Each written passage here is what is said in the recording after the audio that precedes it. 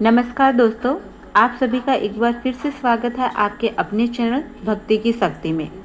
आज के इस वीडियो में हम आपके लिए वैशाख मास की पीपल सींचने की कहानी लेकर आए हैं। बहुत समय पहले की बात है। किसी गांव में एक ननद और भाभी रहती थी। भाभी अपनी ननद से बहुत प्यार करती थी। मृत्यु के समय उसकी सास ने उससे कहा था, बहू मेरी बेटी का ख्याल रखना, उसे अपने बच्चों की तरह प्यार करना। बहू ने अपनी सास को वचन दिया था और इस वचन को वह बहुत अच्छे से निभा रही थी।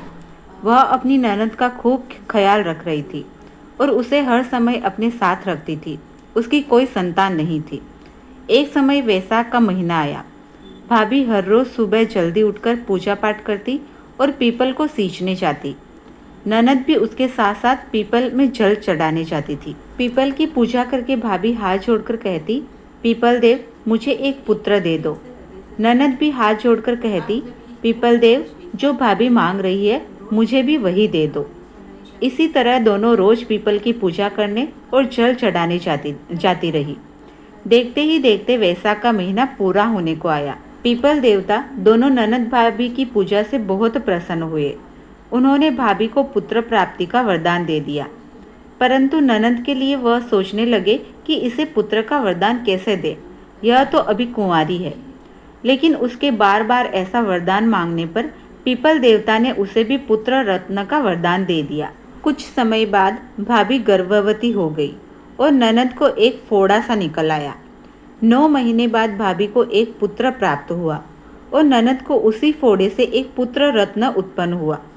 जब भाभी ने ननद के पास वह बच्चा देखा तो वह बहुत परेशान हो गई।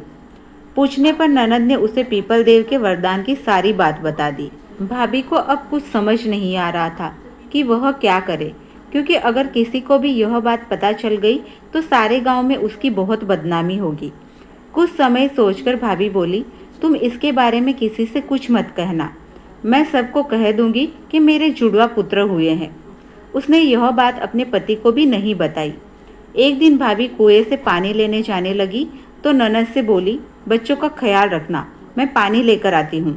ननद बच्चों को सुला रही थी, तभी उसका बच्चा जोर जोर से रोने लगा। वह उसे गोद में उठाकर चुप कराते हुए बोली, बिना बाप के कंधे वाले, बोल तू कहाँ से आया। यह बात वह बार बार कहती जा रही थी। उसी समय उसका भाई वहाँ आ गया और उसने सारी बात सुन ली। जब उसकी पत्नी पानी लेकर वापस आई तो वह उससे पूछने लगा कि बहन ऐसा क्यों कह रही थी। पहले तो वह बात टालने लगी, लेकिन फिर वह नाराज हो गया और बोला, देखो मुझे सारी बात सच सच बताओ, मुझसे कुछ मत छुपाना। तब भाभी ने सारी बात अपने पति को बता दी। यह सुनकर भाई बहुत परेशान हो गया और कहने लगा, यह तुम क्या कर रही हो, अब हम क्या करेंगे। इस बात से मेरी बहन की बहुत बदनामी होगी, उससे कौन शादी करेगा। ऐसा कहकर उदास मन से वह उस बच्चे को लेकर पीपल देव के पास गया और बोला, हे पीपल देव, यह आपने क्या किया। मेरी बहन तो नादान थी, लेकिन आप तो सब जानते थे, फिर आपने उसके साथ ऐसा क्यों किया और उसको ऐसा वरदान क्यों दिया। अब यह बच्चा आप ही संभालिए। ऐसा कहकर भाई ने उस बच्चे को पीपल के चबूतरे पर रख दिया। तभी पीपल का पेड़ 2 हिस्सों में बट गया और वह बच्चा पीपल के पेड़ में समा गया। इसी के साथ पीपल के चबूतरे पर दरार पड़ गई। धीरे धीरे समय बीतता गया। एक बार भाई भाभी ने अपने घर में हवन करवाना चाहा। सभी गांव वालों को बुलवाया गया। पंडित जी ने हवन करना शुरू किया, लेकिन हवन की अग्नि जल ही नहीं रही थी। खूब घी डाला गया, खूब प्रयास किया गया, परंतु हवन में अग्नि प्रज्वलित नहीं हुई। सभी लोग चिंतित हो गए। तब कुछ बड़े बुजुर्ग बोले, कहीं ऐसा तो नहीं कि तुम किसी मामा, बहन या भतीजे को बुलाना भूल गए हो। वह बोला, नहीं, मैं तो किसी को भी नहीं भूला, मैंने तो सभी को बुलाया है। बहुत कोशिश के बाद भी हवन की अग्नि प्रज्वलित नहीं हुई।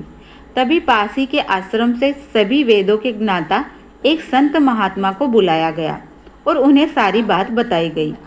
तब उन्होंने अपनी आंखें बंद की और बोले, तुमने अपने भांजे को नहीं बुलाया, इसलिए हवन की अग्नि प्रज्वलित नहीं हो रही है। भाई बोला, मेरा तो कोई भांजा नहीं है।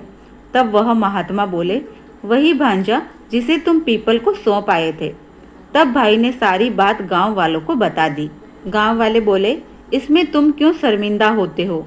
यह तो पीपल देव का आशीर्वाद है।